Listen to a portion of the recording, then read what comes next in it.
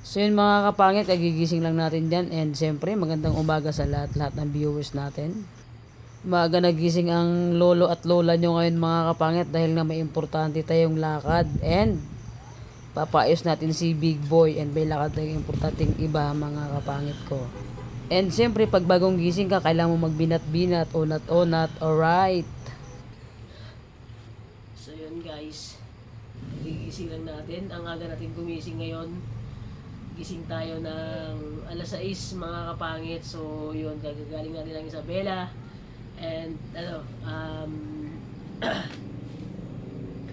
first unang gabi natin matulog dito sa sa bahay. So sobrang kalat mga kapangit, ang daming kalat and maaga tayo nagising dahil nga may importante tayong lakad ngayon mga kapangit and pupunta tayo ng bayan. Papaayos natin si Big Boy kasi nga hindi na nag-aandar, hindi na gumagana dahil nga 2 months ako sa Isabela. So yun mga kapangit, update ko kayo sa sa araw-araw na ginagawa natin dito sa Palawan. Dito na ako sa bahay mga kapangit, sa Brooks na ako. And kauwi ko lang. So yun, masama mga kapangit yung pakiramdam ko. Sa barko pa lang talagang nilalagnat na ako. Kasi umuulan, pagsakay namin ng barko is hindi maganda yung panahon. Kaya yun, gintrangkaso ako kamala sa biyahe namin and hindi maganda yung pag-uwi ko ngayon dito hindi maganda yung pag-uwi ko mga kapatid dahil may problema ako. So yun, kagigising ko lang. Good morning sa lahat good morning sa lahat ng mga kapangit natin dyan sa bahay. So araw-araw tayo mag-upload ng vlog mga kapangit. So yun, ang gulo-gulo pa ng kwarto and pag matapos ko mga kapangit yung gawain ko and i-upload ko araw-araw and mag-update ako araw-araw sa inyo mga kapangit. Magpipintura tayo dito sa loob ng bahay, magpipintura tayo. So yun. And so yun mga kapangit, nagliligpit na tayo ng ating higaan pagkatapos natin ayos ng higaan and magtupi ng kumot. Pupunta tayo ng tindahan, bibili tayo ng gatas at coffee mga kapangit ko. Ang sarap mag-coffee and maggatas pagka umaga. So yun mga kapangit, ang daming kalat ng kwarto. So yun mga kapangit, bili tayo ng gatas. And bibili tayo ng Bio-Gising. Ay hindi pala, Yusip pala mga kapangit. So yun, tabing dumadaan ng mga estudyante kasi yung bahay natin tabing highway lang. So bili ng gatas.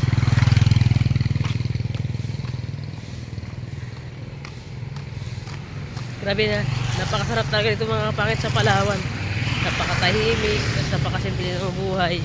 Basta't meron lang makain Kasi pag wala akong makain ako, pag hanggang bata ka, wala na. Yan ay mga estudyanteng dumadaan. Wala tayong motor mga kapangit dahil sira si Big Boy. Ayaw gumana, ayaw umandar. So, palit tayo ng battery mamaya. Hindi ko alam kung battery sira nun. 2 months lang hindi nagamit hindi naman na umandar. Dito tayo. Dito tayo mga kapangit. And siyempre dito tayo sa tindahan, hindi talaga maiwasan ang copyright, alright. Isang stick na coffee. Tawid tayo mga patanga-tanga ka dyan, mabangga ka. Daming sasakyan dumadaan.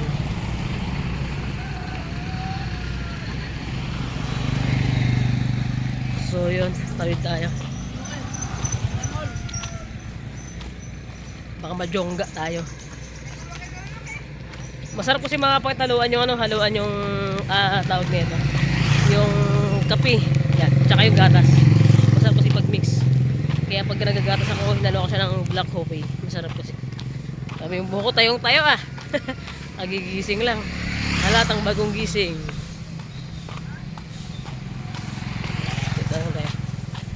Tao po. Te, magkano yung mo, te? Magkano yung isang sakong uling mo? Maningas siya? Baka yung katulad ng dati, yung nag-abo? Iba yung ngayon, te? Hindi pa 300. 300. Basta-kas lang. Wag lang utang. Hindi mo na, mga kapangit, wag na utang. Hindi mo na ako nag-uutang. Te, hindi mo na ako nag-uutang sa'yo. Yan. Yeah. Ano, isang sako nga, ate? Sige mamaya. Ano mo na? Ngayon, sige na.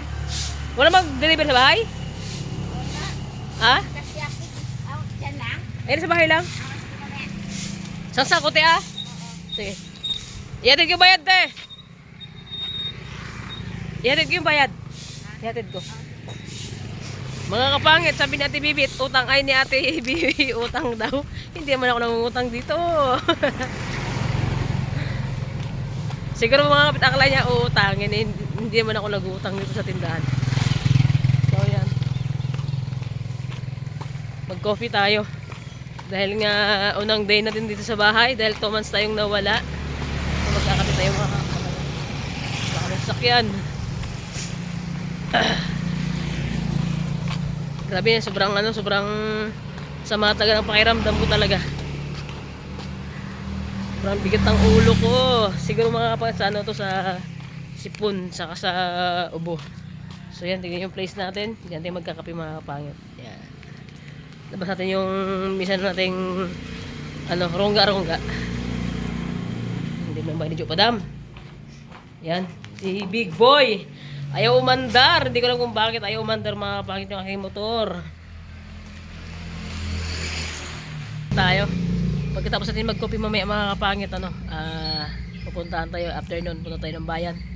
Papayos natin si Big Boy, papahila natin mga kapangit. Sana kayang mahila ng top down. Sana kayang isakay sa top down. Ngayon pag hindi masakay sa top down mga kapangit, papahila ko siya. So yan, dito tayo sa duyan. Yan. Coffee mati mga kapangit bago tayo maligo. And punta tayo ng bayan. Sarap. So yun mga kapangit, coffee tayo. Grabe mga kapangit, talagang nung nasa Ilagan ako, talagang sobrang busy talaga. Hindi ko talaga magawang mag-content kahit sa yung ginagawa ko pagka umaga, kasi pagkagising ko sa umaga, ligo ka agad, punta agad ang palengke kasi nga si bayaw ko di pa talaga ganong okay talaga si bayaw ko. Kaya 2 months ako sa sa Isabela. 2 months din hindi bubaba si ate ko sa palengke. Kaya yun ako muna pangsamantalang nagbabantay ng tindahan nila. So yun, nung umuwi na ako dito sa Palawan, yun, siya nagbabantay ng tindahan na. Kaya kahit sobrang busy ko dun mga kapangit, talagang kahit pa paano sumisingit-singit pa rin ako mag-vlog kapag maaga kami nakakauwi. So yun, pati nga sa bahay magluto ako, tapos maglalaba pa ako mga damit ko. Talagang hirap na maghabol talaga ng content paggabi kasi pagod na rin ako, tapos tulog na.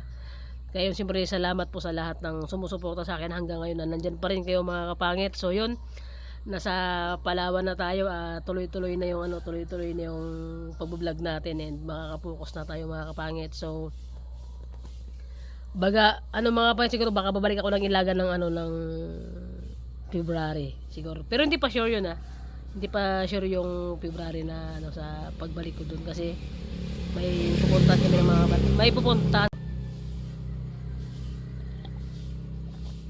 So yun, talagang as in na nibago ako pag uwi ko dito nung kahapon.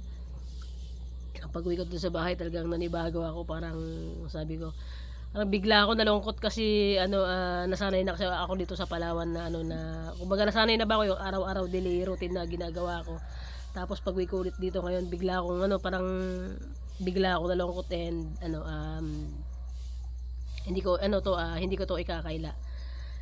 Na parang na nasanay kasi ako dati na pag uwi ko dito ng bahay na may kausap ako sa phone na laging nag-update. Hindi ko ikakaila to, kasi yun naman talaga yung totoo na as in na-miss ko siya.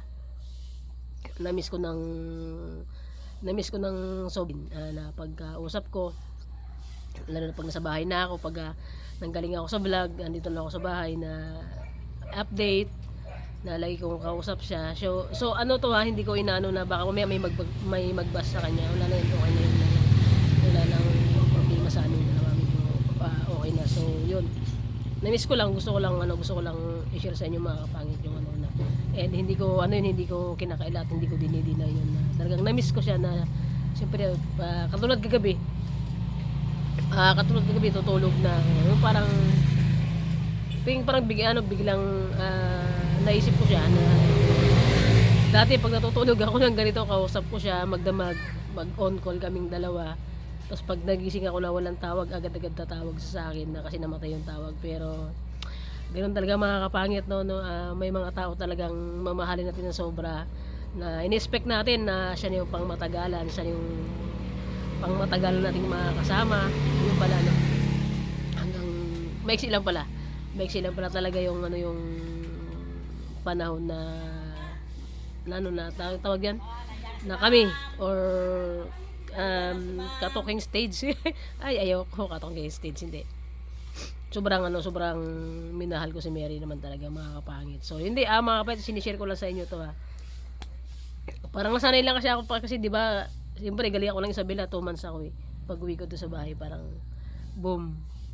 Kasi siyempre dito sa bahay, kahit saan dito sa kusina, sa labas, pag nagluluto ako sa loob ng kwarto, nagbibideo call kaming dalawa. So yun, kung alam ko naman nanonood siya ng vlog alam mo namang nanonood siya ng vlog ko, alam ko pinapanood niya itong vlog ko na to.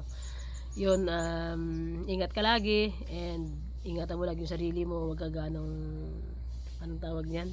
Gala ng gala. Hindi, charot lang. Ingatan mo yung sarili mo and sigab, ingatan mo din. So God bless always sa inyong dalawang mag-ina, sa inyong dalawang magnanay. So yun. And so yun mga pangit, tayo, balik vlog na naman tayo ulit mga pangit. So yun, hindi pa tayo nakapunta kay Queen Bee kasi may ibibigay ako kay Nanay Marites. Hindi pa nakapunta doon kasi nga wala tayong motor. Yung motor natin ay nasira pa. So yun mga pangit, i-update ko kayo ngayong buong isang araw na to kung ano yung magiging ganap natin ngayong araw na to. I-video natin Utak pa yung camera yan. Mga kapahangit, papahin natin si Big Boy na ngayon ko lang to text sa camera. Kasi nga, hindi mag-andar. 2 months ako sa Isabela. Ay, ayaw niya mag-andar. Yan. Baka mag-iwang-giwang ito, guys? Yan, si Ading ko yung ako, tukuran mo. Si Ading ko yung magdadrive. Tukuran, baka may sumug ako dito.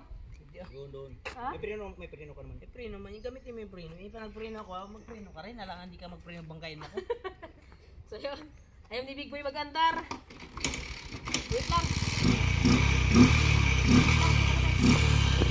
Mga kapangit, dito na tayo sa shop ng mismong Yamaha. Kasi nga 2 months ako sa Isabela mga kapangit, kaya yun, hindi maganda rin yung motor natin bagong bago, kaya pinahila ko siya. Kaya si Big Boy. Pero yung battery niya, boss, walang diferensya sa battery niya. So yun mga kapangit, tinatry kargahan yung battery niya pero hindi na talaga pwede, kailangan na mag-change ng battery mga kapangit, na drain siya sa Y-connect ng Aerox na to. So yun pala yung sakit ng Aerox.